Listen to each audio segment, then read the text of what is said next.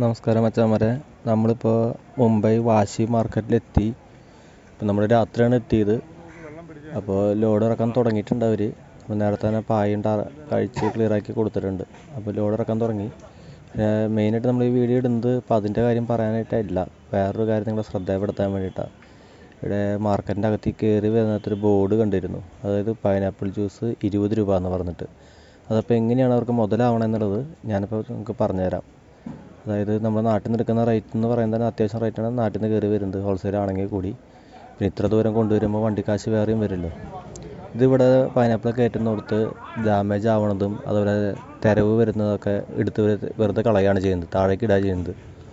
അത് എൻ്റെ ശരിക്കുള്ള വശം കാണിച്ചു തരാം. വണ്ടിയുടെ ഇപ്പുറ സൈഡിൽ വരുമ്പോൾ നമുക്ക് ശരിക്കും കാണാൻ കഴിയും. ഉണ്ടോ ഈ വേസ്റ്റ് കിടക്കുന്നുണ്ടോ? എത്ര നാളത്തെ വേസ്റ്റ് ഉണ്ടെന്ന് അവർക്ക് തന്നെ അറിയില്ല, നമുക്കും അറിയില്ല. അപ്പോൾ ഈ കിടക്കുന്ന പൈനാപ്പിളിൽ ചതഞ്ഞുണ്ട്, അതുപോലെ തിരവുള്ളതെല്ലാം കൂടി വേസ്റ്റിലേക്കാണ് ഇടുന്നത്. ഇത് ഇവിടുന്ന് വന്നിട്ട് ഓരോ ടീമുകളായിട്ട് പാർക്കി കൊണ്ടുപോകും. ഈ സാധനമാണ് ജ്യൂസായിട്ട് ഇവിടെ ലോക്കൽ മാർക്കറ്റിൽ വരുന്നത്. 20 രൂപയ്ക്ക് പൈനാപ്പിൾ ജ്യൂസ് കിട്ടുന്നത്. അപ്പോൾ കുടിക്കുന്നതിന് മുമ്പ് ഇത് കാണുന്നവരാണെങ്കിലും ഓർക്കുക, അല്ലെങ്കിൽ മറ്റുള്ളവർക്കൊന്ന് ഷെയർ ചെയ്ത് കൊടുക്കുക.